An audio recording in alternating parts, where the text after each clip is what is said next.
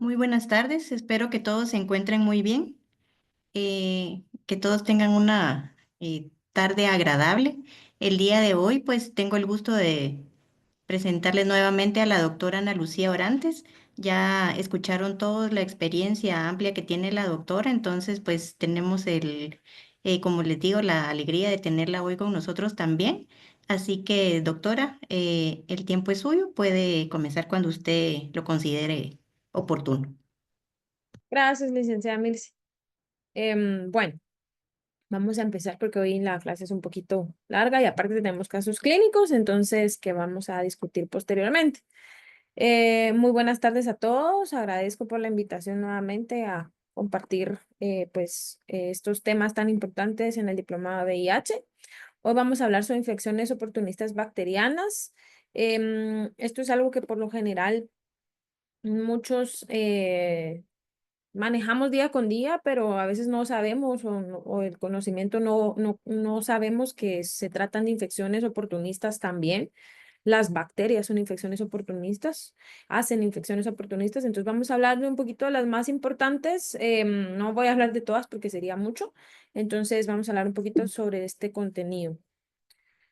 Em, bueno, más que todo lo dividí en cuatro microorganismos y vamos a hablar de cada uno de ellos, que es la salmonela, Shigella, Nocardia y los Streptomyces en general, y el Streptococcus pneumoniae, que considero yo que son las más importantes y las que más tienen relevancia en nuestros pacientes hospitalizados y en nuestros pacientes VIH positivos. Entonces, para empezar, vamos a hablar sobre salmonela, ¿verdad? Entonces, la salmonela, pues es un microorganismo que es comensal, ¿verdad? Y también es patógeno, ¿ok? Es conocido como una enterobacteria y dentro de las bacterias o grupo de bacterias es un bacilo gram negativo. A un bacilo nos referimos a la forma que ustedes miran ahí en el fondo de pantalla, ¿verdad? Entonces es no es esférico, sino como ovalado, ¿verdad? Y se tiñe, o más bien no se tiñe en gram, se tiñe como gram negativo en la tinción de gram, por eso se conoce como un bacilo gram negativo. Este no es formador de esporas y existen sobre todo dos especies. La salmonela entérica, ¿verdad? Que tiene 6 subespecies dentro de ella, que es la 1, la 2, la 3A, la 3B, la 4 y la 6, ¿verdad? Y está la salmonela bongori, que es no patógena para el humano, ¿ok? Entonces, para hablar de generalidades de la salmonela, pues la salmonela cuenta con una estructura pues bastante básica, pero la hace también con bastantes factores de virulencia. Entonces, la salmonela, como les decía, esta es su forma principal de un bacilo, que es como cilíndrico y tiene la habilidad que este es móvil. Es un microorganismo que se mueve a través de un flagelo, que es la colita que ustedes miran ahí verde, ¿verdad? Entonces es el flagelo y tiene factores de virulencia muy importantes conocidos como el antígeno O y el antígeno H. ¿Por qué es importante estos antígenos? Porque anteriormente para hacer diagnóstico de salmonelosis usábamos una prueba que se llama test de Widal, que la vamos a hablar más adelante, ¿verdad?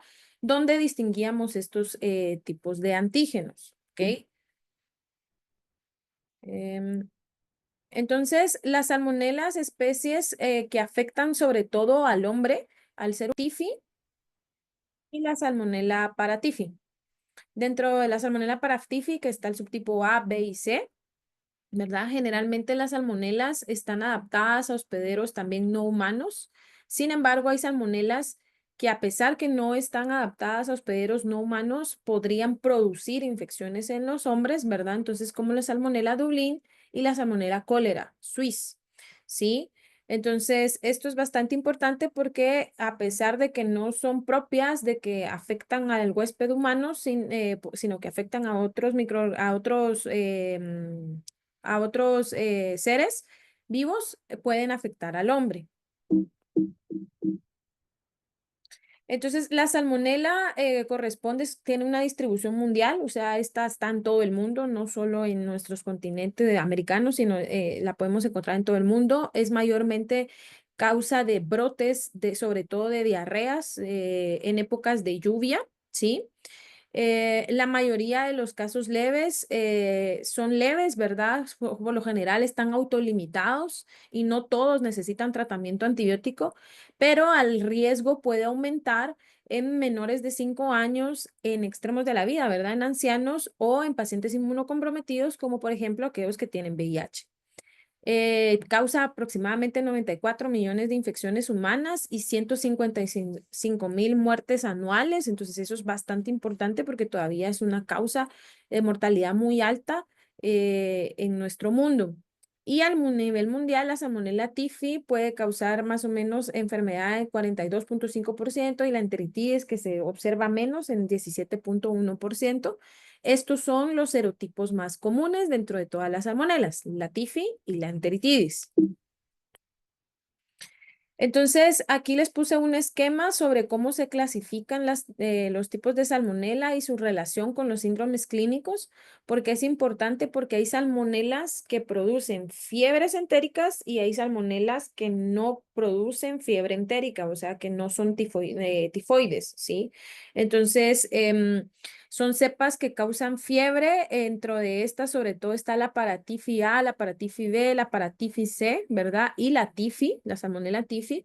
Mientras que hay otras salmonelas que no son productoras de enfermedad tifoidea o fiebre entérica, que se conoce, o fiebre tifoidea, lo que se conocía antes, ¿verdad? Y se asocian más a diarreas inflamatorias. Entonces aquí vemos un mapa sobre prácticamente la incidencia de fiebre entérica, ¿verdad? Y vemos que Guatemala es una área de incidencia mediana, ¿verdad? Por así decirlo. Pero pues es bastante importante en la causa de enfermedades en nuestro país. El impacto en la salud humana, estamos hablando que a nivel no solo de Latinoamérica o países en vías de desarrollo o de tercer mundo, sino que países de primer mundo también tienen salmonela dentro de su población. Estamos hablando, por ejemplo, en Estados Unidos, aproximadamente en el 2006 ocurrieron 41.930 casos, ¿verdad? Resultando hasta en 378 muertes. En Europa, la salmonela es aproximadamente causante o responsable de 1 de cada 4 brotes de enfermedad transmitida por alimentos en Europa. Entonces vemos que es bastante común encontrar la salmonela y causa de brotes, sobre todo cuando hay contaminación, por ejemplo, de aves, pollo, huevos, ¿verdad? O contaminación evidentemente de agua, ¿verdad? Que también puede transmitirse a través de esa forma. La transmisión, pues como les decía, es por ingestión de alimentos y agua contaminados con salmonela. Por eso es que es más importante, los brotes de salmonela suceden sobre todo en épocas de lluvia por el arrastre de todo lo que son basura, drenajes, agua, se contaminan las aguas y por eso es más común verla en estos periodos de lluvia, ¿verdad? También puede existir transmisión de persona a persona, es mucho menos frecuente, pero sí está establecido. Y algo importante también en pacientes que son HCH o que pacientes que hacen, por ejemplo, sexo oral anal, también es importante porque pues, a través de esa vía puede transmitirse la salmonela. La dosis infecciosa para llegar a tener una salmonela no tifoidea, ¿verdad? Es de 10 a la 2 a 10 a la 6 y esto puede producir un cuadro de gastroenteritis, mientras que la dosis infecciosa por bacterias que son tifoidales es 10 a la 5 a la 7, o sea, las que producen fiebre tifoidea. O sea, quiere decir que la carga de salmonela tifoidea es mucho más alta cuando produce fiebre tifoidea que las no tifoideas, ¿sí? El pH gástrico representa una barrera inicial contra la salmonela. Entonces, sí es importante esto porque de por sí nuestro sistema, ¿verdad? Inmunológico la va a combatir, pero el pH gástrico nos puede ayudar a combatir la salmonela dentro del tracto gastrointestinal. Sin embargo, si hay uso de antiácidos o inhibidores de bomba de protones como el omeprazol, el lansoprazol, el esomeprazol, acordemos que ahí altera el pH a nivel gástrico, puede aumentar la susceptibilidad a la infección. Entonces, esto es bastante importante y sí se ha visto o se ha relacionado como un factor de riesgo. Cuando hablamos de patogénesis o cómo produce enfermedad la salmonela, entonces, quise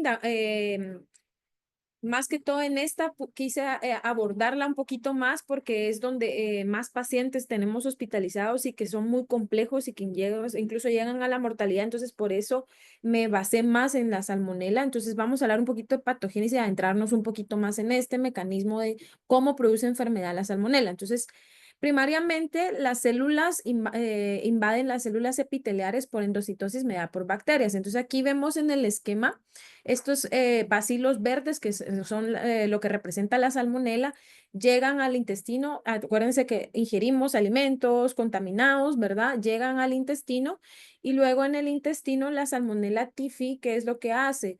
Llega a las células epiteliales y hay unas células dentro de las placas de Peyer que se encuentran en el intestino que se llaman células M, ¿verdad? Entonces la salmonela va a llegar a esas células M, ¿verdad? Y entonces esas células M lo que hacen es que van a encerrar a la bacteria, o sea, van a encerrar a la salmonela. ¿Sí? Entonces, encierran a la salmonela en grandes vesículas y esa salmonela logra pasar prácticamente esa placa de Peyer y pasa, atraviesa, ¿no? Entonces, al atravesar la salmonela, como lo ven en el esquema, estas placas de Peyer logran adentrarse, ¿verdad? Y entonces aquí se activa nuestro sistema inmunológico en nuestro cuerpo y entonces se activan los macrófagos, ¿sí? Y viene toda la inflamación, hay reclutamiento de neutrófilos, macrófagos, células B, linfocitos T, células dendríticas, porque quieren combatir a ese microorganismo que está entrando. Entonces, ¿qué es lo que pasa? Los macrófagos hacen fagocitosis, captan a la salmonela y la encierran, ¿sí? Sin embargo, la salmonela tiene una parte muy importante que va del sistema inmune y aunque el macrófago se coma la salmonela, por así decirlo, la salmonela tiene la capacidad de sobrevivir dentro del macrófago y empezarse a replicar, o sea, empezarse a reproducir más dentro del macrófago. Entonces, esta es una forma en la que va del sistema inmunológico y prácticamente puede perdurar dentro del macrófago hasta desde horas hasta días dentro del macrófago. Entonces, la eliminación de la infección requiere, además de los macrófagos, respuestas de linfocitos B y también de linfocitos TCD4. Por eso es que en los pacientes VIH, como tienen deficiencia de linfocitos TCD4, no logran controlar la infección y puede diseminarse. Entonces, ¿qué es lo que pasa? Bueno, se ingiere la salmonela pasa a los macrófagos, en los macrófagos se replica, ¿verdad? Sigue viva la salmonela dentro del macrófago y entonces aquí vienen otras células como las células dendríticas y tanto como los macrófagos y las células dendríticas hacen o migran, viajan hacia otras partes, hacia los vasos linfáticos del sistema gastrointestinal, que son los ganglios linfáticos mesentéricos, y ahí se logra la diseminación del bacilo, o sea, se logra la diseminación de la salmonela. Entonces, esta salmonela se logra transportar por el sistema linfático, ¿verdad? Y luego ya llega a órganos como el vaso, la médula ósea, la vesícula y el hígado. Entonces, estas bacterias pueden persistir dentro de los ganglios mesentéricos, dentro de la médula ósea y dentro de la vesícula por mucho tiempo. Y también he aquí que ciertos pacientes pueden ser portadores de salmonela sin tener infección activa y solo portar la salmonela y tenerla, por ejemplo, dentro de la vesícula. Entonces, esto es como muy importante, ¿verdad? Porque la salmonela puede subsistir y se puede alojar en otros órganos.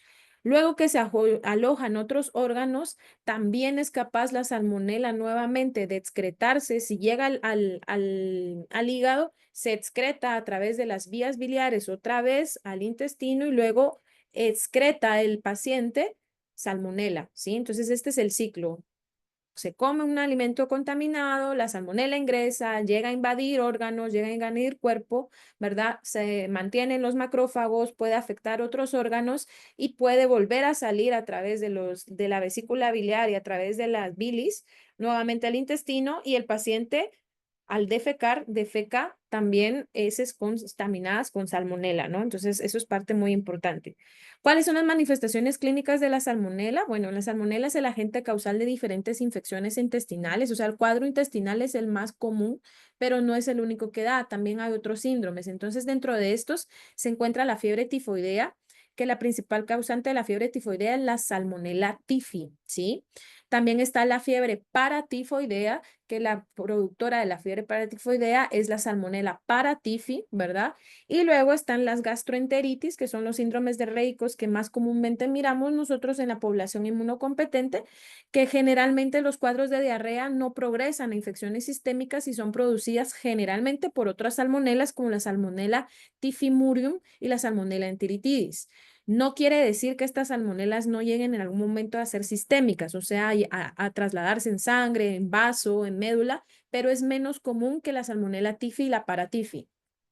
Entonces, como les decía, la gastroenteritis es el principal cuadro que miramos. Se dan las primeras 6 a 48 horas posterior a la ingestión de alimentos o agua contaminados. Entonces, si se dan cuenta, es sumamente rápido, ¿verdad? Después de que yo ingiero los alimentos contaminados, pero la incubación puede ir hasta 7 días posterior a que yo ingiero los alimentos contaminados. Generalmente es un cuadro que es autolimitado, dura entre 3 a 7 días, puede presentar fiebre y la fiebre puede resolver más o menos al tercer día. Entonces, generalmente son cuadros que se autolimitan en pacientes inmunocompetentes. Sin embargo, en pacientes VIH, sobre todo en pacientes VIH en estadio avanzado o SIDA, ¿verdad? Puede ser mortal, ¿ok?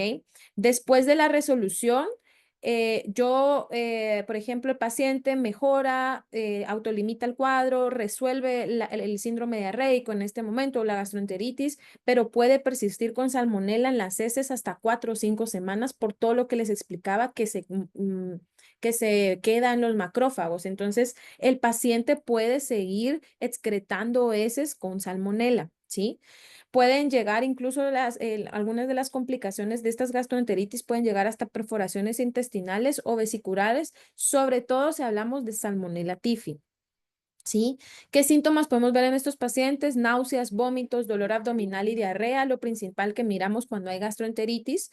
Las diarreas, ¿cómo suelen ser las características? Heces líquidas, no sanguinolentas, ocasionalmente puede haber tenesmo, ¿sí? Importante, a veces podrían quejarse de estreñimiento, pero sobre todo cuando hay fiebre tifoidea. En fiebre tifoidea generalmente no miramos un cuadro de diarrea, sino podría ser de estreñimiento incluso, ¿sí?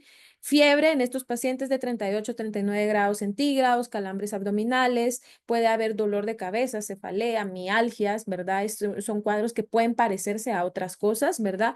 Y pueden causar también síndromes de pseudoapendicitis. A veces podrían causar dolor muy parecido a apéndice, entonces que esto es bastante importante tenerlo en consideración. Fiebre entérica es otra de las manifestaciones clínicas de la salmonela. Anteriormente llamaba lo que conocemos como fiebre tifoidea y todavía se conoce como fiebre tifoidea, pero ya en la literatura se denomina fiebre entérica. ¿Por qué le llamaban fiebre tifoidea? Porque era similar la clínica del paciente que presentaba fiebre tifoidea, era similar a la clínica que presentaban los pacientes con tifus.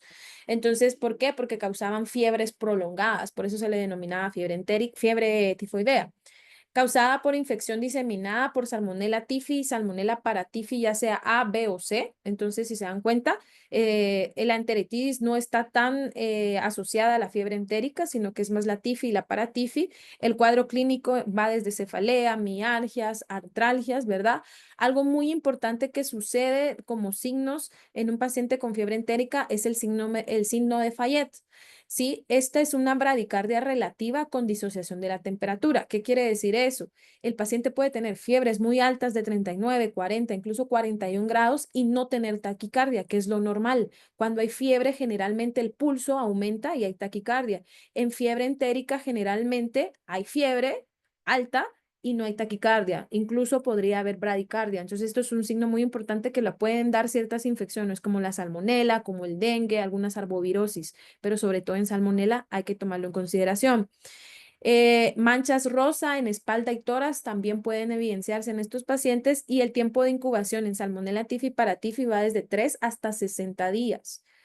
La enfermedad sistémica grave está caracterizada por fiebre de inicio insidioso, mucho dolor abdominal y la fiebre generalmente suele ser arriba de 39 grados centígrados. Y como les decía, si es una enfermedad sistémica grave puede cursar con diarrea o incluso con estreñimiento, ¿ok? Entonces es algo muy importante, no siempre va a tener diarrea el paciente.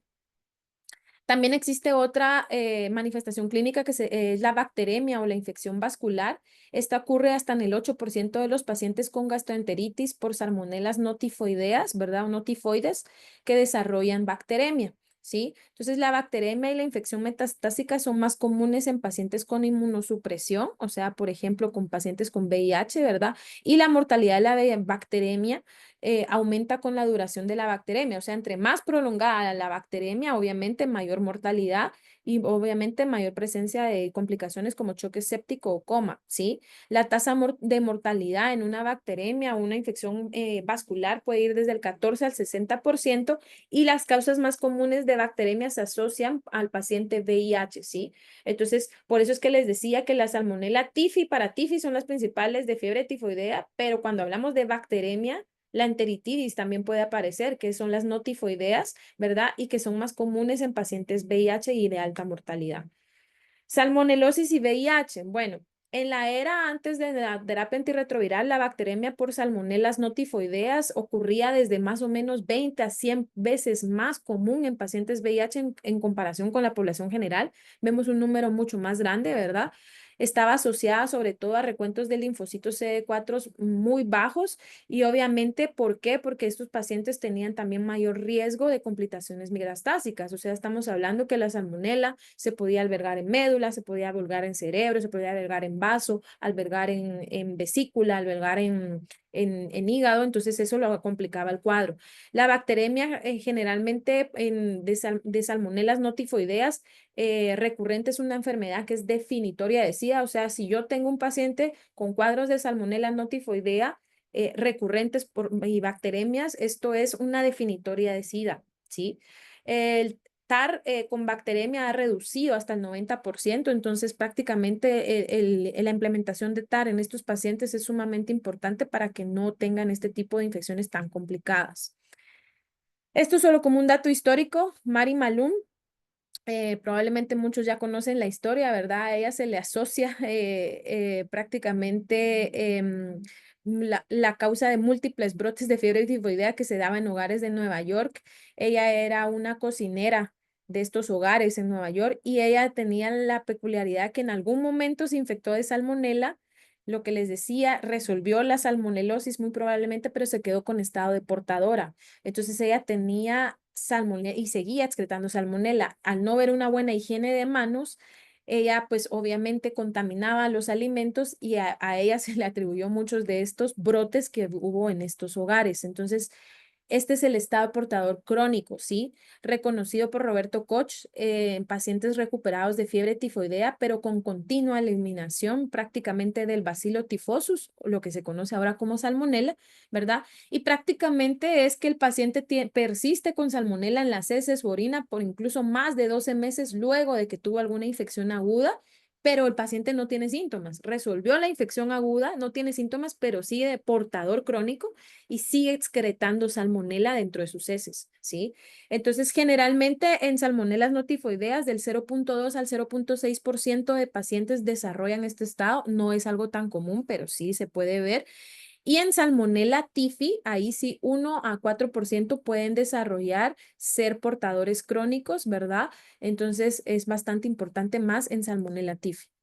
El diagnóstico de salmonela lo hacemos a través de varios test. Anteriormente se hacía el diagnóstico por test de Widal o era lo que nos ayudaba. Ya sabemos que el test de Widal ahora para nosotros no es diagnóstico en infectología. Fue la primera prueba serológica que se desarrolló para fiebre tifoidea y prácticamente era la presencia de anticuerpos contra los antígenos O y H que hablamos en un principio de la salmonela, ¿verdad? Sin embargo, tienen muy baja sensibilidad y especificidad, por lo cual ahora ya no se realizan o ya no es algo que utilicemos en infectología. El examen de heces es importante siempre pedirlo, podemos ver neutrofilia, neutrófilos, perdón, mejor y podríamos encontrar también eritrocitos. Actualmente pues hay mejores técnicas como la PCR gastrointestinal, que es una prueba directa y molecular, ¿verdad? Y en TIFI para TIFI, en Salmonella TIFI para TIFI, idealmente requerimos el aislamiento de microorganismos en sangre, si estamos hablando de bacteremia o infección endovascular, si en médula ósea, ¿verdad? Si tenemos la sospecha que esté en médula ósea, en secreciones intestinales o en biopsias cutáneas, porque también puede haber afección a nivel cutáneo. En fiebre tifoidea debe considerarse en cualquier persona con fiebre durante más de 3 días con exposición en las últimas 6 semanas. Hemocultivos y mielocultivos, solo si aparece la presencia de la Salmonella Typhi en sangre y médula ósea, ¿verdad? Entonces, generalmente los hemocultivos y mielocultivos suelen estar positivos en la primera semana cuando hablamos en sangre, una proporción, si en sangre a médula, de 5:1 y ya en la tercera semana en 151. Entonces se dan cuenta, en médula ósea es muy raro encontrar la salmonela, pero podría existir. En sangre es más fácil que la encontremos si hay bacteremia y en fiebre tifoidea. Si hacemos examen de hematología, puede haber leucocitosis o leucopenia, cualquiera de las dos. Hay anemia y trombocitopenia, que son signos importantes, y transaminasas elevadas podrían estar también 2 a 3 veces el valor normal. Tratamiento, si estamos hablando que solo es una gastroenteritis por salmonela, esta generalmente es autolimitada, entonces la terapia va dirigida a reemplazo de líquidos y electrolitos por pérdidas. Antibióticos no se deben usar de forma rutinaria en cuadros que no están complicados porque ya hablamos que la salmonela se autolimita, pero sí hay que considerar el tratamiento si estamos hablando que es una bacteremia o en pacientes que tienen arriba de 50 años con aterosclerosis, en pacientes inmunosupresos también hay que valorar la terapéutica o en pacientes que tienen anomalías valvulares cardíacas o endovasculares. En pacientes que son VIH positivos, el tratamiento incluso de salmonela debería estar entre 7 a 14 días. Podemos usar fluoroquinolonas, trimethoprim o amoxicilina. Si en dado caso de resistencia a quinolonas, pues la ceftriaxona es una buena alternativa. Si hablamos de bacteremia, en salmonelas no tifoideas, cefalosporina de tercera generación y una fluoroquinolona podrían ayudarnos.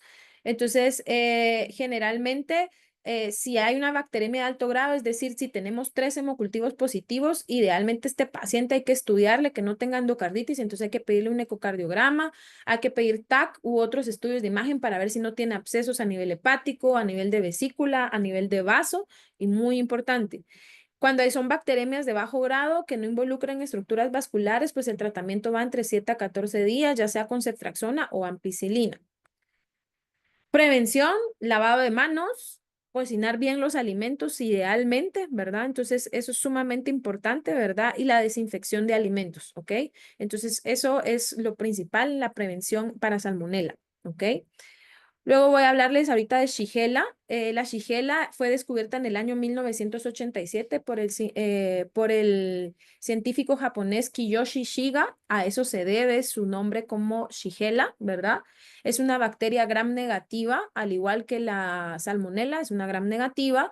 Es un patógeno humano altamente infeccioso, ¿sí? ¿Y por qué es tan importante la Shigella? Porque se las quise comentar porque es productora de diarrea sanguinolenta, lo que se conoce como disentería, y también hay un síndrome conocido como síndrome hemolítico urémico, que es una de las complicaciones que puede dar la Shigella y que no es más que la presencia de una anemia hemolítica, microangiopática, trombocitopenia e insuficiencia renal aguda con la que podría cursar el paciente, ¿sí? Entonces, la Shigella es de distribución mundial, al igual que la salmonela. Su transmisión, de igual forma que salmonelas, por consumo de alimentos contaminados con material fecal humano, generalmente, por alimentos contaminados y aguas contaminadas. Importante, el humano es el único hospedero, o sea, la Shigella solo afecta al humano. Y esta, a diferencia de la salmonela, es un microorganismo que es inmóvil y también es que no es formador de esporas.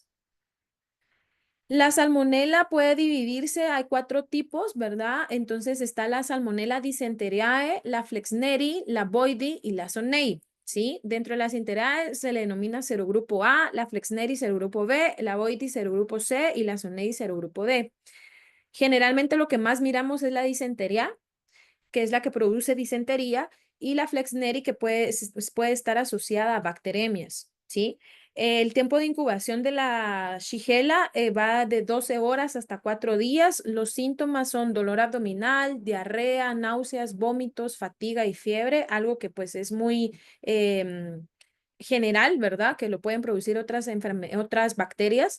La disentería es una parte muy importante porque aquí sí la diarrea suele ser generalmente con sangre, ¿sí? Entonces miramos una diarrea que es acuosa, una diarrea que generalmente puede tener moco y sangre, ¿sí? A diferencia de otros cuadros como la salmonela, que no siempre hay sangre, ¿sí? Entonces, hay dolor abdominal y la bacteriemia es una entidad importante en pacientes con SIDA. Entonces, en pacientes con VIH-SIDA, sí pueden llegar a cursar con bacteriemias por Shigella. A nivel mundial fue la segunda causa de mortalidad ligada a diarrea en el año 2016, entonces después de la salmonela, ¿verdad? Y en todos los rangos de edad. La mayoría de casos y muertes ocurren sobre todo en niños menores de 5 años, pero en inmunocomprometidos también. Las manifestaciones clínicas, la disentería, le decía que es lo que más característico miramos, que son heces con moco y sangre.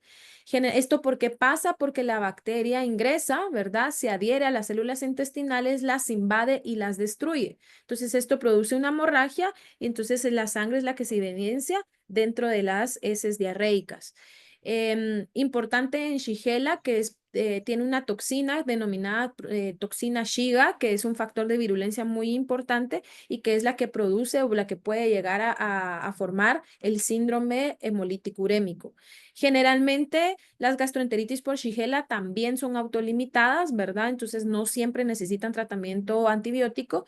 La bacteremia generalmente por Shigella sucede por la Shigella flexneri. Esta es la más común que está relacionada con bacteremias. No es tan usual, ¿verdad? Suelen pasar entre 0,4 a 7,3% de las personas que se infectan con Shigella y la demostración es pues prácticamente hemocultivos positivos con Shigella, ¿no?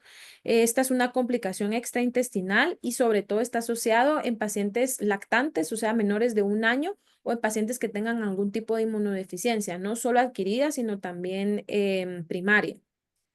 El diagnóstico se hace a través de examen de heces simples, ¿verdad? Por microscopía, PCR gastrointestinal, que ahora es de mucha ayuda, una prueba molecular directa.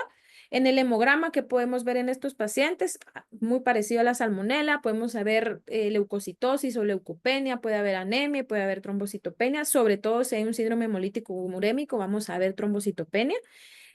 Cultivos de sangre los hacemos si sospechamos si hay bacteremia y el cultivo de heces que también nos sirve para hacer diagnóstico de esta entidad. El tratamiento, cuando es una gastroenteritis que no es complicada, no se recomienda antibiótico-terapia de forma rutinaria. El tratamiento con antibióticos está recomendado sobre todo en pacientes inmunocomprometidos o con enfermedades graves, sobre todo en aquellos hospitalizados o que tienen enfermedad invasiva.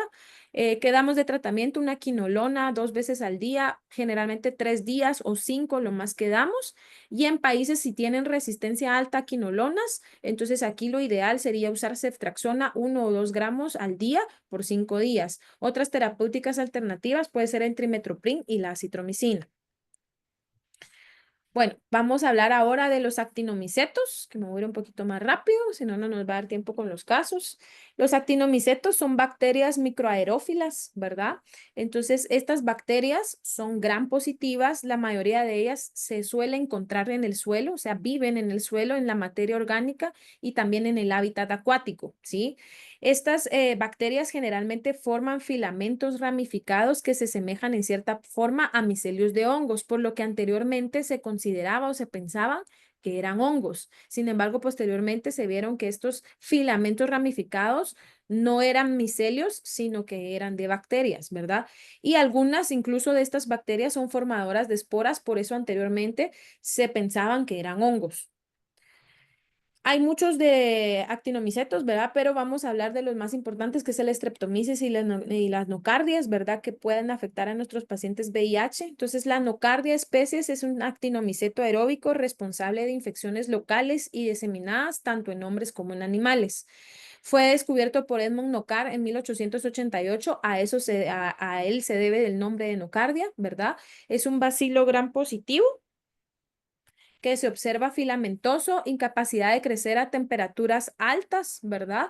Y existen más de 100 especies de nocardia. Generalmente la infección humana ocurre por inoculación directa en piel, tejidos blandos o inhalación, es decir, el paciente sufre algún trauma con alguna rama, con algún objeto que estaba contaminado con nocardia del medio ambiente y por eso es que le da la manifestación clínica. La nocardia brasilensis, porque existen varios tipos de nocardia, la brasilensis es la más común de misetomas y enfermedad cutánea, o sea, vamos a ver la mayor, esa es la principal manifestación clínica. La nocardia esteroides es la responsable del 80% de enfermedad invasiva no cutánea, o sea, si estamos pensando en nocardia, sistema nervioso central o enfermedad sistémica, pensemos en nocardia esteroides, no tanto en brasiliensis, ¿verdad? Y en todo el mundo, las infecciones respiratorias y diseminadas suelen ocurrir en pacientes inmunodeprimidos. No son enfermedades que suelen dar la pulmonar y la del sistema nervioso central en inmunocompetentes. No hay datos de transmisión animal-humano o de humano a humano. ¿Cómo sucede o cómo es la enfermedad o la patogénesis de este tipo de microorganismos? Bueno, la endocardiosis se da principalmente en pacientes con inmunidad celular alterada, como son los pacientes VIH, ¿verdad?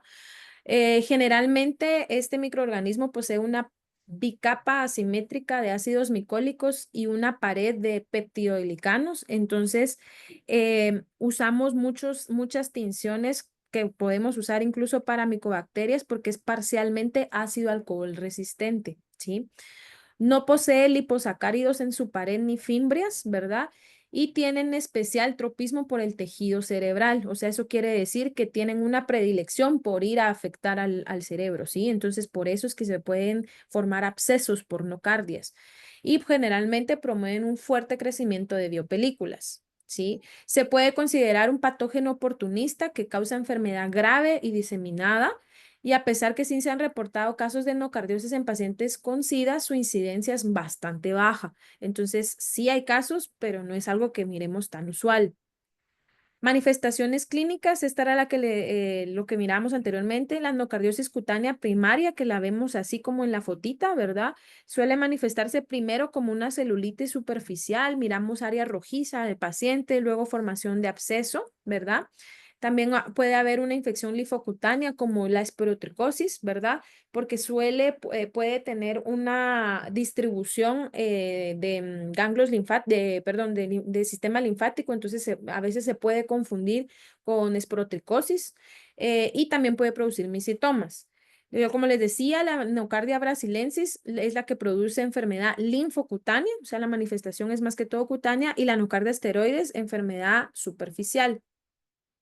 El micetoma, como lo vemos en la foto, es una enfermedad destructiva y es crónicamente progresiva. Generalmente el paciente consulta cuando ya lleva meses o incluso un año de tener estas lesiones, ¿verdad? Ocurre días a meses después de la inoculación y se observan granulomas supurativos, lo que ven en la foto, ¿verdad? Suele estar más asociado en miembros inferiores, es donde se ve más. La enfermedad pulmonar, la presentación clínica predominantemente de la neocardiosis, esa suele suceder por inhalación del microorganismo, o sea, el paciente inhala el microorganismo, puede producir tos seca o productiva, hemoptisis y fiebre, o sea, síntomas muy generales. Y lo que podemos ver a nivel de placa de tórax o a nivel de estudios de imagen son masas endobronquiales, neumonías, abscesos pulmonares, enfermedades cavitarias y empiemas. Entonces, siempre hay que considerarlo como diagnósticos diferenciales de otras enfermedades cavitarias como tuberculosis, por ejemplo, ¿verdad? Entonces, siempre hay que considerarlo. La endocardiosis al sistema nervioso central, pues son granulomas o abscesos y en menor frecuencia médulas penal o meninges. Suele producir dolor de cabeza, muchos signos de focalización, o sea, el paciente puede referir hemiplegia, hemiparesia, convulsiones, confusión. Siempre hay que considerarlo en pacientes que tienen nocardiosis pulmonar o diseminada, pensar que también tengan componente cerebral, entonces sí es importante hacerles una tomografía cerebral para descartar el diagnóstico. El diagnóstico definitivo es por biopsia cerebral, ¿verdad? Entonces, la demostración de la nocardia es lo que nos va a hacer diagnóstico. El diagnóstico, ¿cómo lo hacemos? Aislamiento de muestras respiratorias, si es pulmonar, aspirados de abscesos, o sea, tomar un cultivo de secreción de las lesiones que tenga, por ejemplo, cutáneas, o una biopsia cutánea o una biopsia cerebral. Endocardia cutánea, las biopsias de tejido para cultivo. Generalmente hay positividad para Kinjon modificada, entonces se podría pedir esta tinción especial para ver si está o no está.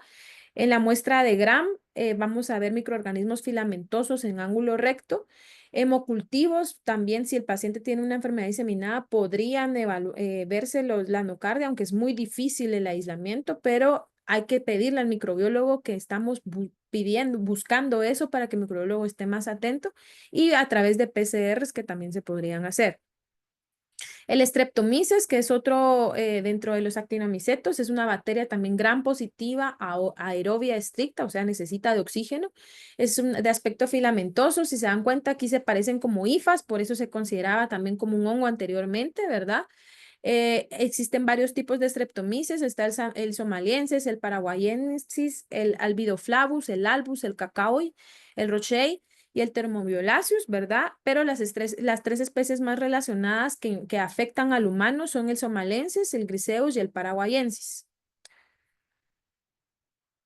Es un patógeno oportunista que puede causar muchas manifestaciones clínicas, dentro de esos pericarditis, peritonitis, abscesos cerebrales, neumopatía neuronar, neumonía, ¿sí? Entonces, raramente causan infecciones invasivas en los humanos. La bacteria puede entrar al microorganismo a través de lesiones o heridas de piel, entonces también es por contacto, ¿verdad? Luego, posteriormente, pasa al torrente sanguíneo y luego se va a alojar hacia algún órgano distante. Si no hay diseminación, permanece solo en la capa de la piel como un micetoma, muy parecido a la nocardia, ¿sí? Las infecciones con mayor frecuencia son abscesos, neumonías y bacteremias. En VIH-Sida, los principales factores de riesgo para su desarrollo, entonces sí podemos verlos en pacientes con VIH, ¿verdad?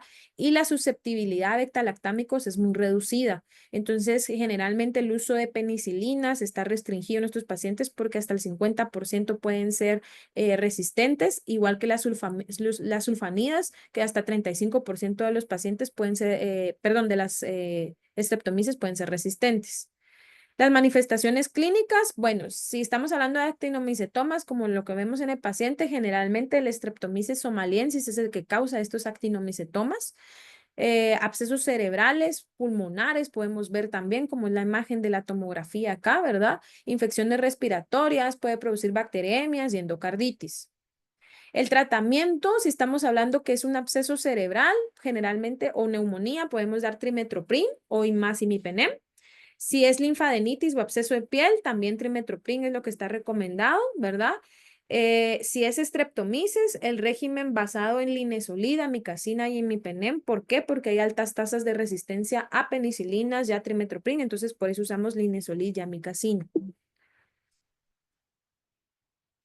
Y ya por último vamos a hablar de streptococo neumonía, que es algo bastante importante y que miramos también en pacientes, ¿verdad? VIH, sobre todo enfermedades invasivas por estreptococo, sumamente importante. La causa prominente de neumonías, bacteremias, meningitis, sinusitis y otitis media. Sabemos que el estreptococo neumonía es uno de los principales microorganismos que causan infecciones respiratorias superiores, pero también la importancia que tiene es que pueden causar neumonías graves, ¿verdad? Infecciones respiratorias graves y que se puede diseminar. Fue identificada en 1881 por Louis Pasteur y es un patógeno bacteriano extracelular. Es un coco gram positivo en cadenas o dupletas, ¿verdad? O sea, en dobles o cadenas, ¿sí? Y lo que produce, se pueden producir una alfa hemólisis.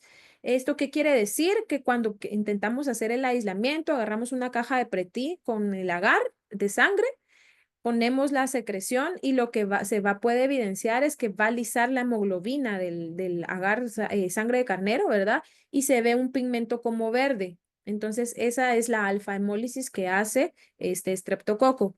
Contiene una cápsula de polisacáridos externa y una pared celular, y de ahí que tiene mucha variedad antigénica y por eso existen sus polisacáridos capsulares. Por eso hablamos que la vacuna es polisacárida, ¿verdad? Y disacárida. Entonces, porque hay varios serotipos de estreptococo. La epidemiología, generalmente, muchos de nosotros solemos estar colonizados asintomáticamente, ¿verdad? Entonces, en algún momento de nuestra vida tuvimos alguna enfermedad de mucosas, ya sea una otitis media, una sinusitis, una neumonía, podemos quedarnos colonizados, ¿verdad? Y sin síntomas, ¿ok? pero también importante que puede producir infecciones invasivas, sobre todo en la población con extremos de la vida, o sea, en niños y en pacientes adultos mayores y sobre todo inmunocomprometidos. Por eso es que la vacuna está determinada sobre todo para este tipo de población.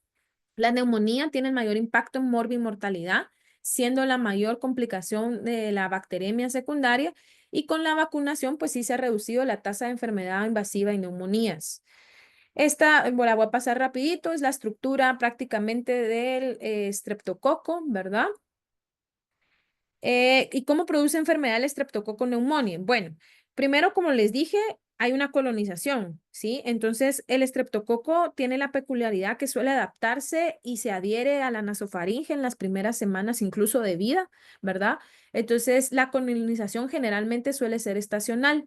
Estamos más expuestos al estreptococo durante el invierno y puede persistir en niños durante todo el año incluso, ¿sí? Entonces, por eso es que decimos que los niños son una carga de mocos y de virus y de bacterias porque ellos pueden estar colonizados, ¿sí?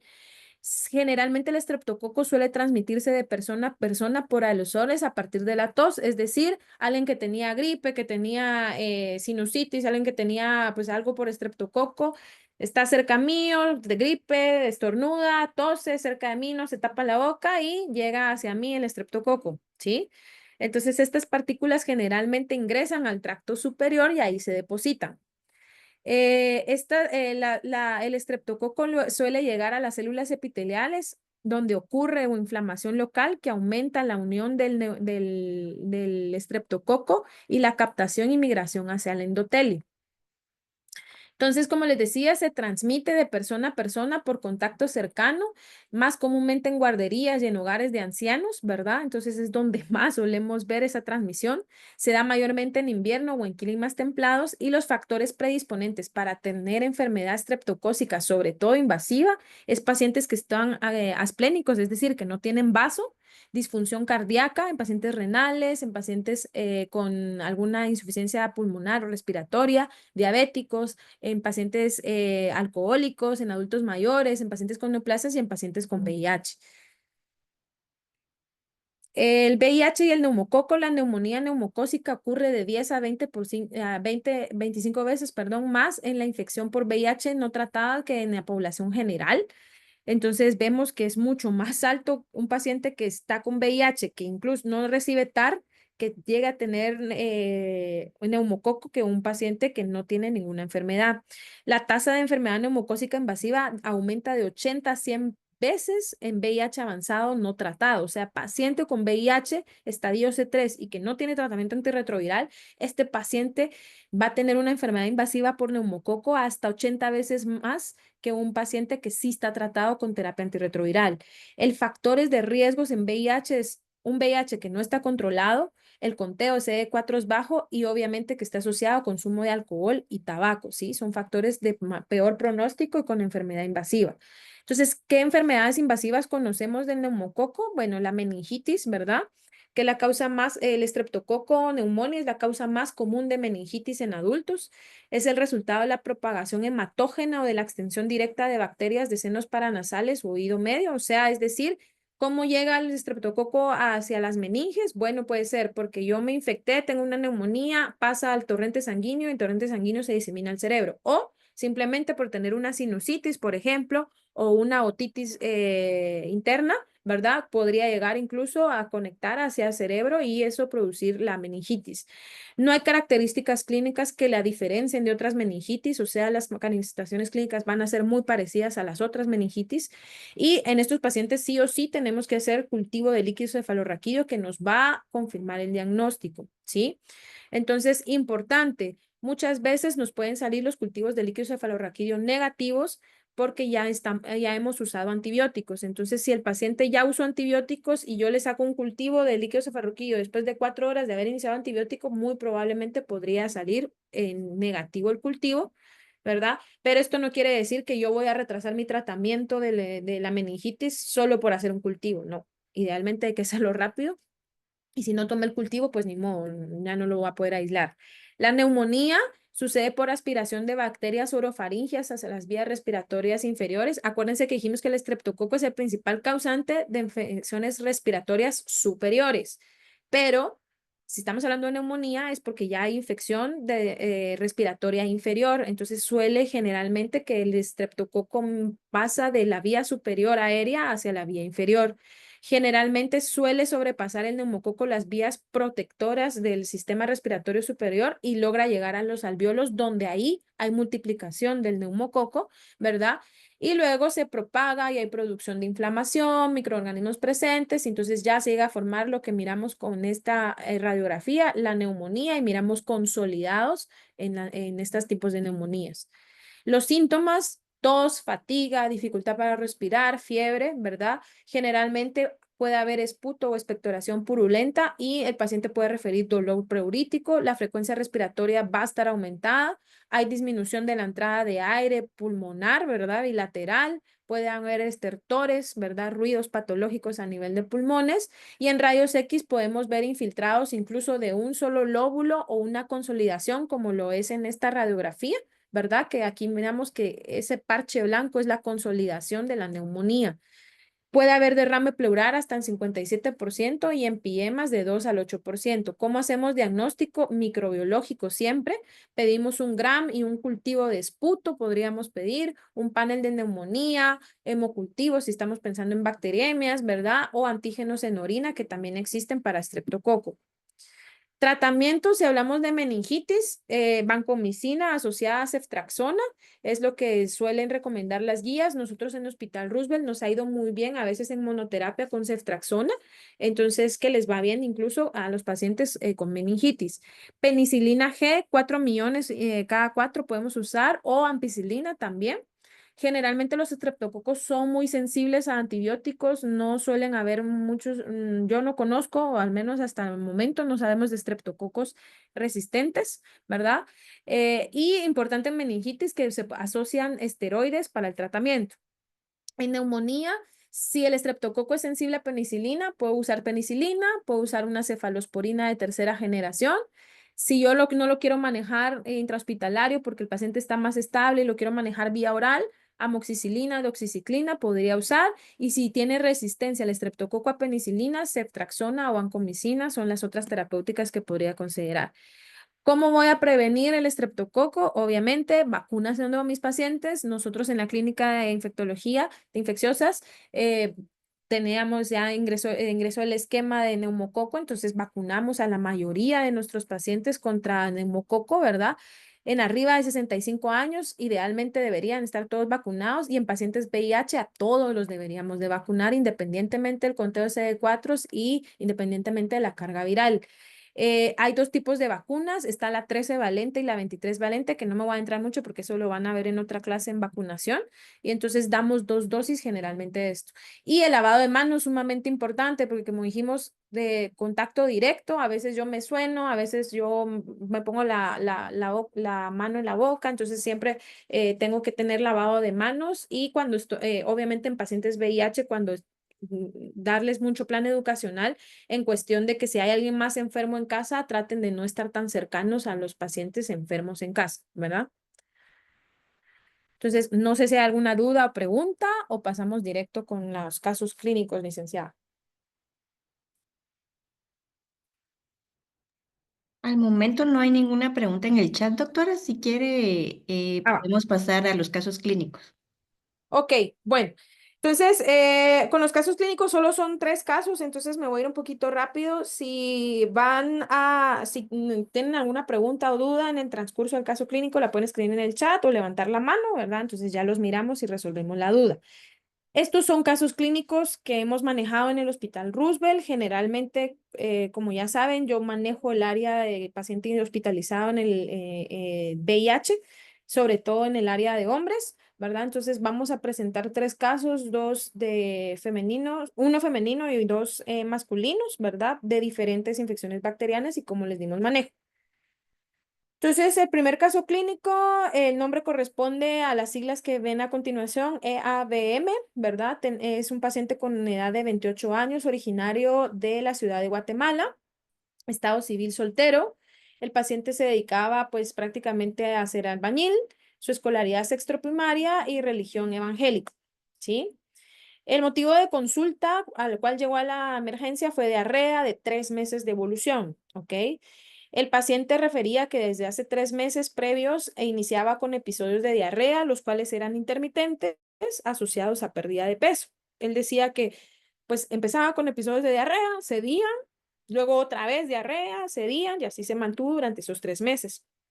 Pero él notó que había mucha pérdida de peso, malestar general, sin prestar mucha importancia al inicio. Sin embargo, posteriormente, antes de llegar con nosotros y consultar, el paciente inicia con fiebre, ¿verdad? Y empieza con un poco de dificultad respiratoria, por lo cual decide consultar al hospital. Dentro de sus antecedentes, pues el paciente negaba antecedentes familiares, médicos no reportaban ninguna enfermedad de importancia, no lo habían operado previamente y tampoco ningún antecedente traumático. Dentro de sus hábitos toxicológicos, pues sí decía que el paciente que consumía bebidas alcohólicas más o menos cada 8 días, él refería que el consumo era de cerveza más o menos, sí refería que en ocasiones era hasta la embriaguez, ¿ok? Y consumo de marihuana y cocaína, sí. Su inicio de vida sexual fue a los 16 años, refería que tenía una pareja actual, ¿verdad? Negaba infecciones de transmisión sexual, negaba transfusiones, tatuajes y perforaciones totalmente negados. ¿Sí? A su examen físico, pues el paciente ingresa con una presión dentro de límites normales, 160 milímetros de mercurio, con una frecuencia cardíaca en 85, 18 de respiratoria, con una temperatura pues normal dentro de límites normales, saturando 96%.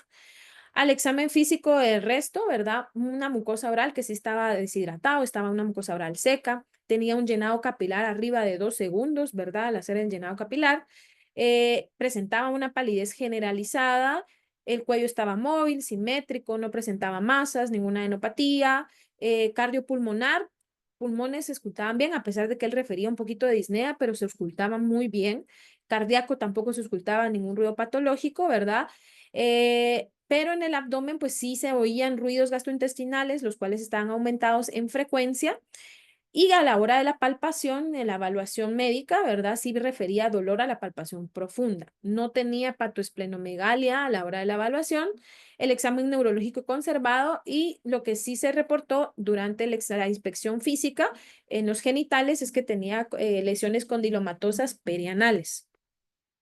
Con todo esto, pues el paciente se le hicieron sus laboratorios, ¿verdad? De ingreso, tenía unos glóbulos blancos en 4,88, era algo que llamaba la atención, ¿verdad? Entonces, que sí estaban un poquito bajos y llamaba la atención que una hemoglobina en 5,9 gramos sobre decilitro, o sea, el paciente tenía una anemia severa con un hematocrito en 16 y también tenía trombocitopenia, ¿ok? Dentro de la química sanguínea vemos que el paciente llegó con una falla renal, con 7 de creatinina, un nitrógeno urea en 88. Electrolitos pues sí estaban bajos, el sodio sobre todo estaba en 121, muy probablemente por deshidratación. Y en transaminasa, sus pruebas de función hepática, la TGO estaba pues aumentada más de 3 veces su valor normal, ¿verdad? Entonces, pues hasta el momento vemos un paciente con diarrea, ¿verdad? Crónica, pareciera, porque ya 3 meses de evolución, que refería únicamente fiebre en la última semana y pues en laboratorios algo que sí llamaba la atención es que el paciente estaba con una pancitopenia, ¿ok? Y obviamente la falla renal. Entonces, el diagnóstico de ingreso se le dio un diagnóstico como un síndrome diarreico agudo, bacteriano, ¿verdad? Una pancitopenia estudio y dentro de la pancitopenia estudio se pensó, los médicos residentes de la emergencia pensaron en paciente que pudiese cursar con una infección por VIH a pesar de que no tenía tantas conductas de riesgo, pero las lesiones papilomatosas que tenía a nivel anal nos llamaban la atención, que eso no es algo usual, ¿verdad? Y también, pues, un síndrome linfoproliferativo. Cualquiera de esas dos pensaban los doctores al ingreso, ¿verdad? Con una falla renal aguda y una papilomatosis anal, ¿ok? Entonces, al paciente pues se le solicitó una prueba de VIH. Nosotros en el Hospital Roosevelt tenemos en la emergencia las pruebas a disponibilidad, ¿verdad? Entonces, pruebas rápidas. Entonces, se solicitó en la emergencia la prueba, la cual sale positiva. Luego de presentar la prueba positiva, inmediatamente se solicita un conteo de CD4 y una carga viral que vemos que el conteo CD4 estaba en 17 con una carga viral de 7.230.000 copias. O sea, estábamos viendo un paciente con una carga viral sumamente alta en estadio C3. Por el síndrome diarreico, en ese momento se inicia tratamiento con ciprofloxacina de una vez, porque pensando en las etiologías más comunes como Shigella, Salmonella, E. coli, ¿verdad? Que nos cubren la ciprofloxacina. Y empezamos con la marcha diagnóstica en este paciente a realizar pruebas de tamizaje para infecciones oportunistas diseminadas y descartarlas, ¿verdad?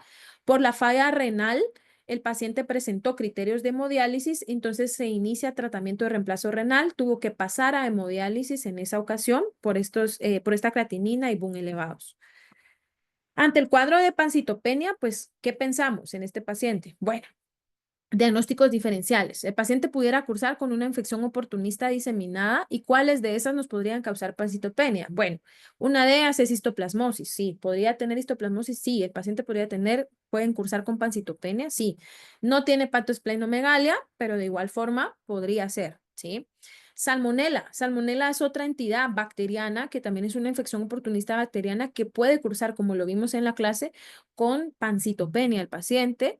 A veces podría haber elevación de transaminasas y va con el cuadro de que el paciente tenía diarrea. Si bien no es una diarrea aguda, pero estaba cursando con diarrea. Citomegalovirus es el virus herpético número 5, que también puede estar ocasionando a veces colitis y a veces gastroenteritis, sí, más que todo producen colitis, pero también puede estar asociado a pancitopenia. Epstein-Barr, uno de los diagnósticos diferenciales en VIH siempre, ¿verdad? Entonces, Epstein-Barr, que es productor de pancitopenia. Y obviamente, en última opción, después de todas las oportunistas que podemos pensar, algo neoplásico, que el paciente aparte pudiera cursar con un linfoma asociado, con una leucemia, ¿verdad? Que es menos usual, pero podíamos ser. Entonces, lo que sí se hizo en ese caso fue solicitar cultivos de médula ósea, ¿verdad? ¿Por qué? Porque sabemos que para histoplasma y salmonela es muy importante hacer médula ósea para evidenciar si el microorganismo está presente ahí. Le pedimos un antígeno de histoplasma en orina, le pedimos carga viral de cytomegalovirus y le pedimos incluso frote de médula ósea. La médula ósea no solo para estudio microbiológico, sino también para que lo viera el hematólogo y nos ayudaran con la marcha diagnóstica.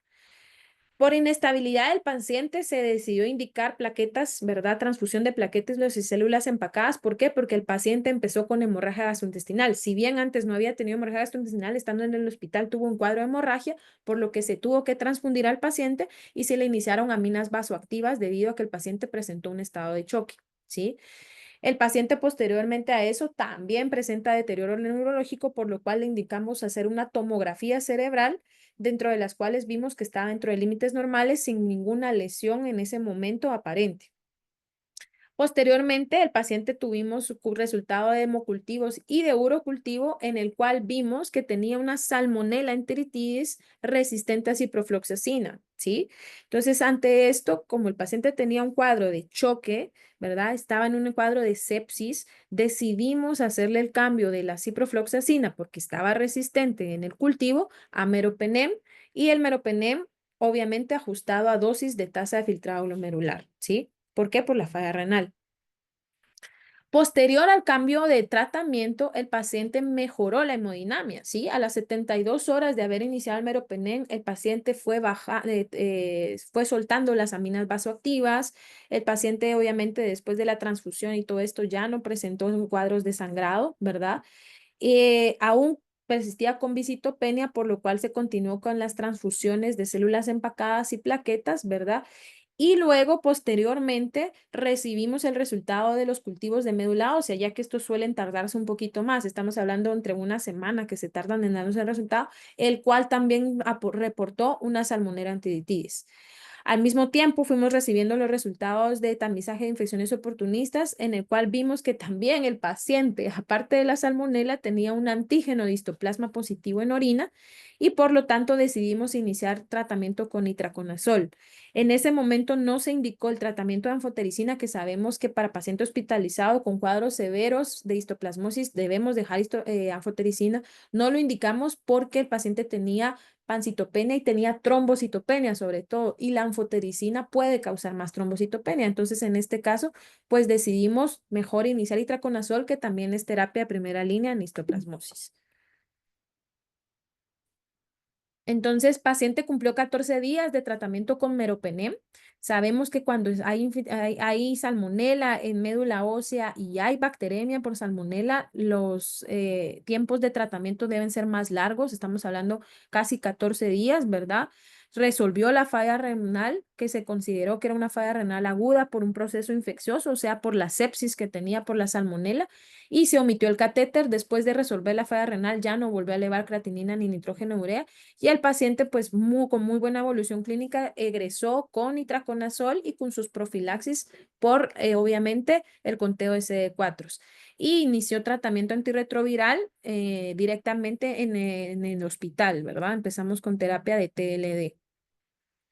La evolución actual, pues el paciente posteriormente a eso, con un conteo de CD4 de 33 células, sabemos que los CD4 no van a subir tan rápido y van a ser más tardíos, pero ya con una carga viral de 174 copias, con una adherencia al 100%. Entonces el paciente pues relativamente le fue bien, pero vemos que fue un cuadro de salmonela sumamente complicado. Aparte de eso, tenía una infección oportunista asociada, ¿verdad? Entonces algo que complica aún más el cuadro, pero sin embargo con la instauración del tratamiento pues le fue bien.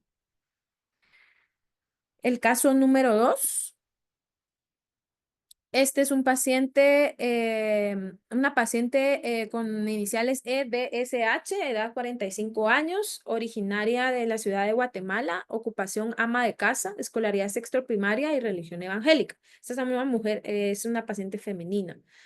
Esta paciente ingresó por alteración del estado de conciencia de un día de evolución. Paciente con antecedente de ser VIH positiva en abandono de tratamiento, ¿verdad? Ella no se encontraba tomando su terapia antirretroviral, quien ingresó a la emergencia por alteración de conciencia asociado a fiebre de 2 días de evolución, ¿sí? Dentro de los antecedentes familiares negados, ¿verdad? Médicos, lo que sí reporta la paciente era positiva desde el 2004, perdón por la falta ahí, vinculada en la UAI del Hospital Roosevelt desde el 2018. Ella previamente se le hizo diagnóstico en el Hospital General San Juan de Dios. Sin embargo, con nosotros estaba en abandono de tratamiento, vinculada desde el 2018, pero ya abandonaba abandono desde hace unos meses con nosotros. Tenía antecedente de una toxoplasmosis cerebral durante el 2018 en el Hospital General San Juan de Dios, antes de llegar con nosotros, ¿verdad? Y una histoplasmosis diseminada, que fue cuando se le hizo el diagnóstico de VIH en el 2004 en el Hospital General San Juan de Dios. Dentro de los ginecológicos, la paciente tenía un carcinoma epidermoide de cuello uterino. Y otro antecedente, o más bien en parte de la historia importante, tenía un hijo que pues también era VIH positivo por transmisión vertical, ¿verdad? El motivo de consulta, ay, perdón, aquí. Entonces, el examen físico de la paciente prácticamente ingresó con una presión en 80/40 a su ingreso, con una frecuencia cardíaca en 90, frecuencia respiratoria en 21, con una temperatura en 37,5 grados centígrados, con saturación de oxígeno en 92%. Esta paciente ingresó desde que llegó a la emergencia con alteración de la conciencia, no respondía a estímulos verbales, ¿verdad? Solo tenía respuesta a estímulos dolorosos, pupilas que sí estaban isocóricas, sin embargo, poco reactivas a la luz. Tenía un cuello móvil, simétrico, sin embargo, presentaba rigidez de cuello, no presencia de enopatías ni masas en cuello, con tórax simétrico, expandible, sí presentaba disminución de la entrada de aire bilateral, sin embargo, no presentaba estertores en ese momento, abdomen blando, depresible, sin masas, no había visceromegalia. Al examen neurológico como tal, presenta alteración de la conciencia, como les dije, solo respuesta a estímulos dolorosos. Se le hicieron las pruebas, como tenía rigidez de cuello, para ver irritación meningia y tenía una prueba de Babinski y Brusinski positivo, que esas son pruebas que nos indican irritación meningia, que no son pruebas que nos sirven para determinar si un paciente podría tener meningitis, ¿verdad? Las cuales eran positivas.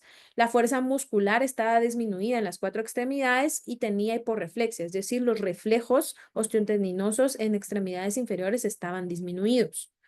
Entonces, vemos aquí una paciente con un cuadro neurológico bastante importante, en abandono de tratamiento, VIH positiva, ¿verdad? Que abandonó en su último abandono fue con TLD.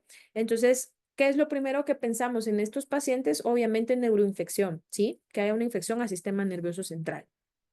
Entonces, Al ingreso, pues la paciente en mal estado general, por sospecha de neuroinfección, se solicita una tomografía cerebral en ese momento, la cual se evidenció que no tenía lesiones nuevas. Ella solo presentaba unas lesiones calcificadas que había tenido por la toxoplasmosis que tuvo de antecedente, pero no eran lesiones agudas y por lo tanto se decide hacer una punción lumbar para estudio microbiológico, en el cual se solicitaron diversas pruebas para descartar infecciones oportunistas al sistema nervioso central. Dentro de estas, tinta china, que nos sirve para hacer diagnóstico de criptococosis meningia, la cual estaba negativa, látex de criptococo estaba negativo, se le realiza un GeneXpert para tuberculosis, pensando también en que fuera una tuberculosis meningia, el cual estaba negativo, y se le solicita un panel de meningitis en el cual salió positivo para streptococo neumonía. ¿Sí?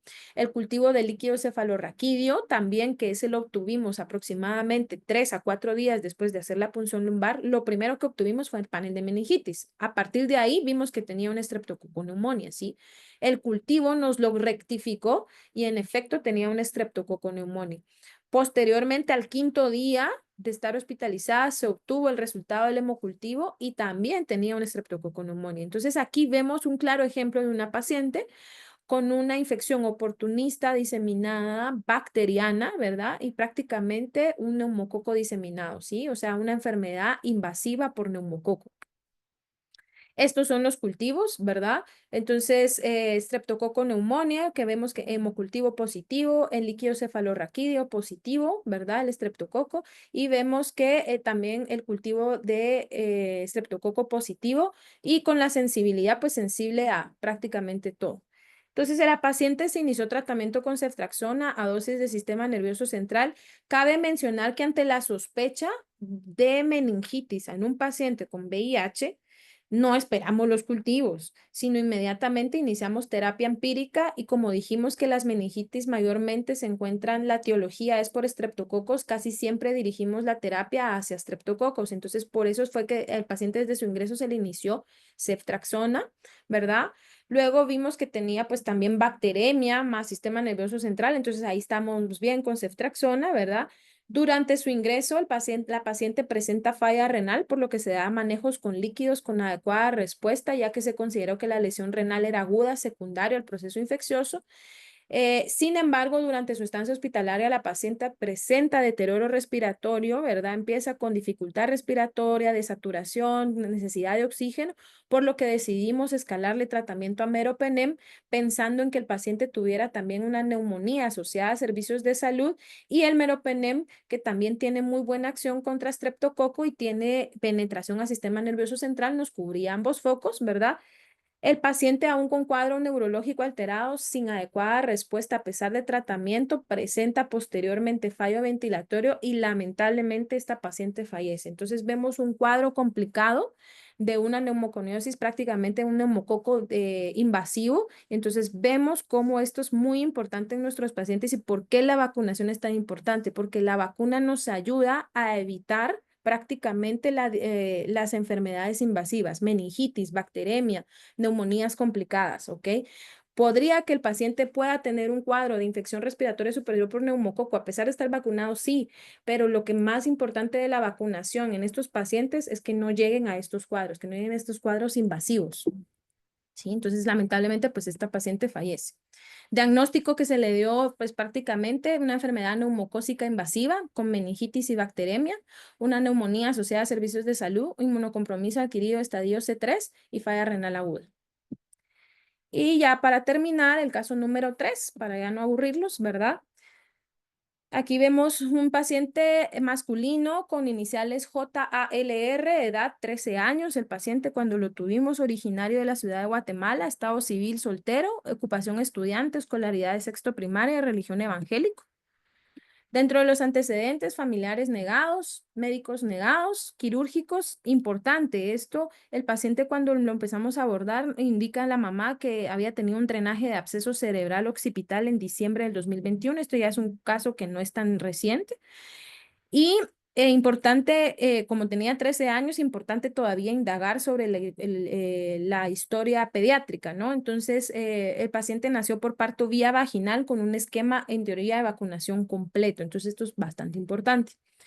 Dentro del perfil social, casa propia con un convencero, servicios básicos todos, mascotas dos, nada más perros, hábitos toxicológicos negados, IBS, o sea, inicio de vida sexual no había tenido el niño, obviamente si no había tenido inicio de vida sexual era un núbil, no tenía parejas sexuales, ETS niega, transfusiones negadas por la mamá, tatuajes no tenía y perforaciones ninguna. Al examen físico, el paciente lo único que presentaba una frecuencia cardíaca alterada en 120 con una temperatura en 38,9. Lo único positivo que presentábamos con el paciente, un abdomen blando, depresible, no doloroso, no visceromegalia, neurológico conservado, con pares craneales dentro de límites normales y el fondo de ojo normal. Cabe destacar que este paciente en su consulta, porque creo que eso no lo puse, perdón, él consultó por convulsiones de un día de evolución, ¿sí? O sea, él nunca había convulsionado anteriormente, ¿sí? Y al examen físico, la verdad es que no, cuando ya llegó al hospital, el paciente ya llegó después de la convulsión en estado posictal y entonces fue cuando empezamos a hacer el abordaje del paciente. Dentro de su hematología, 9,000 blancos, ¿sí? Lo único que llamaba la atención es que el paciente tenía 136,000 plaquetas, pero pues era lo único y nada más, no nos llamaba la atención otra cosa. La química sanguínea también dentro de límites normales, sin ninguna alteración, nada que nos llamara la atención. Se le realiza una placa de tórax, la cual para nosotros fue dentro de límites normales, ¿verdad? No tenía ninguna alteración. Y se le hizo una tomografía cerebral de ingreso, que esta es, a ver si logramos ver el video, creo que sí, que ahí está corriendo. Entonces, esta es la tomografía que se realizó a su ingreso en el paciente. Y si vimos un área de edema bastante importante y si se dan cuenta ahí, presenta, que lo vamos a regresar para los que no ven. Aquí el área de edema y tenía una lesión. Ahorita vamos a pararla. Esta lesión redonda que ustedes ven ahí con un halo, ¿verdad? Que es sugestiva de un absceso cerebral. Y cabía destacar que el paciente tenía antecedente de que le habían drenado un absceso un año casi antes, ¿verdad? Eh, Estas son las imágenes para que las tengan más presentes, ¿verdad? Esto que se ve más negrito o más gris es mucho edema cerebral, o sea, es inflamación que se ve en el cerebro. E incluso esa inflamación está haciendo que los ventrículos, que aquí es donde se aloja el líquido cefalorraquídeo, estén comprimidos. Y aquí vemos la lesión bastante importante, esta lesión redonda que nos sugiere un absceso cerebral. Entonces, diagnóstico de ingreso, se le ingresa como una lesión cerebral a estudio infeccioso, como un absceso cerebral frontal derecho a descartar, ¿verdad? Y un síndrome convulsivo secundario a este absceso. Entonces, se pensó pues que las convulsiones eran secundarias a este absceso cerebral. Por imagen sugestiva de acceso se inicia vancomicina con piperacilina tazobactam. Cabe destacar que se inició este esquema porque el paciente ya había tenido antibióticos antes, según lo que nos indicó la mamá. Entonces, por eso se inició este esquema y cubriendo sobre todo estreptococos que podrían ser productores de abscesos cerebrales también, se cubrió con este esquema. Se presentó el caso de neurocirugía. Los neurocirujanos nos llevaron a paciente a sala de operaciones y para drenar ese absceso, ¿verdad? En el que realizan un drenaje de 7 cc de material purulento en la región cerebral frontal. Debido a que el paciente durante su evolución intrahospitalaria persiste con trombocitopenia, porque en realidad venía con trombocitopenia y estando en el hospital después de la intervención quirúrgica y todo, siguió bajando plaquetas y siguió bajando plaquetas, siguió bajando plaquetas. Empezamos a estudiar causas de por qué es paciente, un niño de 13 años iba a estar bajando plaquetas sin ningún factor de riesgo. Empezamos a estudiar hepatitis A, B, C y dentro de eso hicimos una prueba de VIH, la cual es positiva, ¿sí?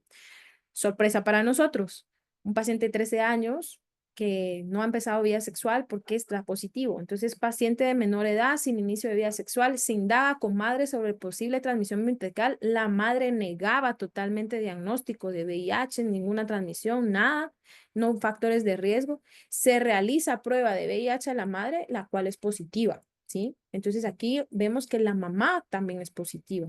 Al reinterrogar otra vez, volvimos a reinterrogar a la paciente, siguió negando diagnóstico, sin embargo, sabíamos que el paciente venía de un departamento de Guatemala. Entonces solicitamos información a la UAI de ese departamento si la mamá estaba vinculada a esa UAI y en efecto, la mamá estaba vinculada a esa UAI desde el 2010, ¿verdad? Entonces la mamá tenía diagnóstico de VIH desde el 2010, ¿verdad? Y el niño nació en el 2011, ¿sí? Se realiza conteo de CD4, el cual estaba en 19 en el niño, la carga viral en 189.000 copias. Se realiza tamizaje para infecciones oportunistas, el cual todo negado. Y luego, posteriormente al drenaje y todo, recibimos el cultivo de absceso que tomaron los neurocirujanos en sala de operaciones y se vio que el paciente pues tenía un streptomices, ¿sí?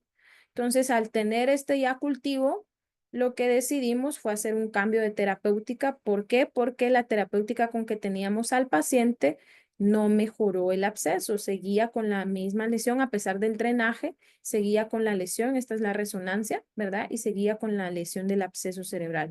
Entonces, decidimos hacer modificación de antibiótico terapia.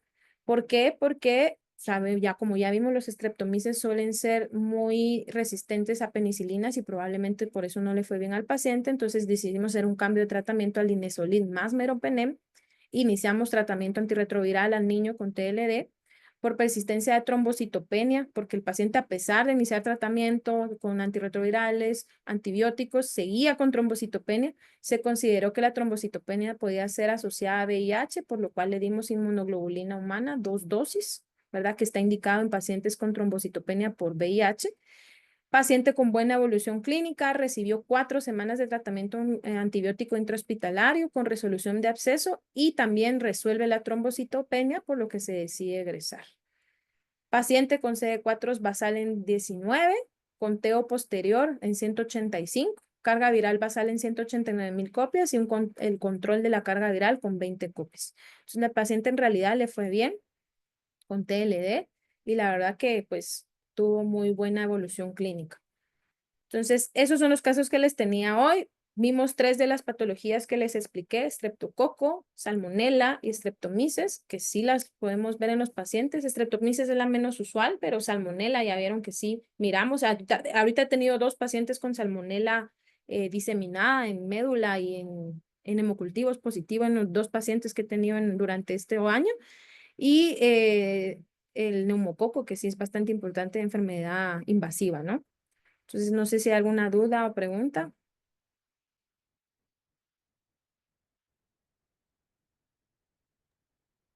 Doctora, aquí menciona en el chat, dice, parece absceso cerebral por el halo. Luego mencionan infección por nocardia.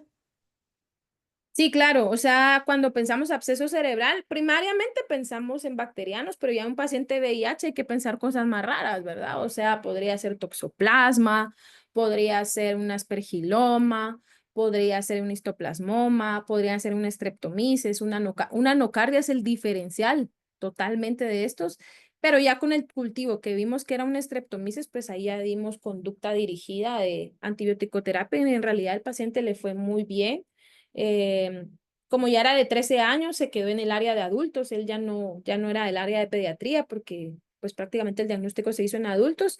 Y lo que sí nos costó posteriormente, tal vez un año y medio después, porque esto fue en el 2022, cuando ya empezó en la adolescencia, ¿verdad? Entonces que empezó ya un poquito a fallar en sus tomas de medicamentos, según nos refería la mamá. Pero es algo que hay que trabajar obviamente con el paciente, pero gracias a Dios nunca ha llegado a subir tanto la carga viral, ¿verdad? Pero sí. Tenemos una duda, doctora. Adelante, Zaida Juárez. ¿Qué tal, doctora? Excelente presentación. Solo mi consulta es con el segundo caso. ¿Cómo se Ujú. obtuvieron tanta información? Porque ella realmente no era el Roosevelt, sino que era el San Juan. Y, o sea, ¿cómo fue que ustedes llegaron a obtener que ella era una paciente en abandono, que había tenido ciertas patologías previas? ¿Cómo fue que ustedes tuvieron esa comunicación con el otro hospital? ¿O cómo fue que ustedes se enteraron? Porque realmente ella iba con una alteración de la conciencia. ¿Y qué tomaba? Porque hasta usted indicó que era lo que había estado tomando y que dejó, ¿verdad? Sí, en este caso generalmente lo que hacemos aquí, mi enlace es trabajo social. Entonces, mis trabajadoras sociales o las trabajadoras sociales de la clínica son las que nos ayudan a hacer enlace con trabajo social de los otros hospitales, ya sea del Seguro Social o de otras guays. Entonces, ellas generalmente se comunican directamente con trabajo social pidiendo información sobre el paciente. Generalmente hemos tenido buena comunicación en la que preguntamos si está adherida, vinculada a esa Y, que nos indiquen qué oportunistas han tenido, cuánto fue el último conteo de CD4, el último conteo de carga viral. Y en dado caso, a veces no se recibe mucha respuesta porque sí puede pasar que a veces no tengamos mucha respuesta con trabajos, las otras trabajadoras sociales o trabajo social de otros hospitales. Si hay un número telefónico de alguno de los médicos encargados de la clínica, me comunico yo directamente. Me ha pasado con pacientes, por ejemplo, de Malacatán o pacientes de REU, que yo me he comunicado directamente con los coordinadores de la UAI y para preguntar sobre el paciente, ¿verdad? Entonces, si no hay mucha respuesta con trabajo social, pero generalmente sí nos pasa, con los coordinadores de las UAI yo me comunico, porque generalmente yo manejamos los números de teléfono de ellos. Y lo otro, donde más nos cuesta es en el seguro social, porque ahí sí es difícil. Entonces, trabajo social se comunica con el seguro social, pero como ahí es bastante difícil que suelten su información, a veces lo que solemos hacer es que con pacientes que están hospitalizados le pedimos a la familia si pueden ir a pedir un informe médico escrito al seguro social. Y entonces a través de esa vía nos ayudan mucho. O a veces me toca a mí, por ejemplo, en el Seguro Social aquí en Guatemala está a cargo la doctora Ana Lucía Tobías. Con ella me he comunicado un par de veces también por algunos pacientes cuando tengo dudas, ¿verdad? Entonces nos comunicamos directamente a veces de médico a médico. Gracias. Ok. ¿Alguna otra duda o pregunta? Ya no hay otra pregunta, doctora, solo muy buenos comentarios agradeciendo su presentación. Nosotras también, con la doctora Samayoa, la licenciada Suseli y el doctor Pinzón, le damos las gracias por esta plática tan enriquecedora, al igual que la anterior, por toda la experiencia que comparte con nosotros. Realmente no es solo de conocer un tema, ¿verdad? Sino que el saber transmitirlo, pues es ahí sí que un don. Entonces agradecemos contar con su presencia. Esperamos contar con usted también para futuras presentaciones o dudas que se puedan presentar. Ok, muchas gracias, licenciada, y pues espero que les haya servido bastante la presentación y pues ya saben, si igual hay dudas o comentarios sobre todo, pues aquí estamos Perdón, para... doctora, hay otra manita levantada. Ah, sí, dígame. Adelante. Hola doctora, buenas noches, muchas gracias por su charla. No solo como un comentario con lo que usted nos comentó ahorita con lo de salmonela, yo también vi un caso de un paciente, no era VIH positivo, pero sí inmunosupreso en radioterapia por un linfoma. Y efectivamente, ¿verdad? El paciente tenía historia de fiebre intermitente de 5 días de evolución, con episodios de hipotensión, que fue lo que lo llevó a consultar y no tenía historia de diarrea. De hecho, tenía historia de que no había podido ir al baño, ¿verdad? Que estaba estreñido. Y sí, efectivamente hizo un absceso cardíaco. Entonces, sí, la terapia la verdad es que le fue muy bien. Se le continuó por 14 días y sí resolvió. Nada más. Gracias, doctora.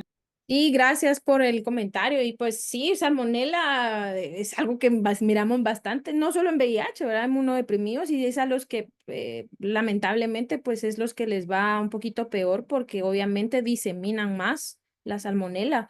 Entonces, pero con tratamiento dirigido les puede ir bien. Sin embargo, salmonela sigue siendo en VIH de alta mortalidad, ¿verdad? Más si no actuamos de forma rápida. Y estamos hablando que en estos pacientes con salmonela son estancias hospitalarias largas, ¿verdad? Entonces, estamos hablando que una salmonela mínimo 2 semanas de tratamiento antibiótico, ya hay veces que hasta duran un mes en el hospital porque complicaciones de falla renal y todo. Entonces, se oye fácil en los casos clínicos y que resuelven, pero llevamos un involucramiento de especialidades y obviamente de antibióticos y de manejo extenso, ¿verdad? Entonces, importante. Pero gracias por el comentario.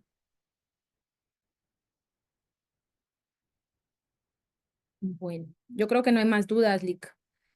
Ya no, doctora, muchas gracias. Feliz noche. Muchas gracias, feliz noche a todos, que descansen. Y solo para comentarles, ya está aquí el link para las horas crédito de las personas que pertenecen al Colegio de Médicos. Solo les queremos comentar que pues ya a partir de que terminamos esta plática va a estar disponible el post-test que de la misma forma que anteriormente se ha realizado, pues va a estar habilitado hasta el sábado a medianoche. Ya hay algunas notas también de los post-it en donde ustedes pueden revisar.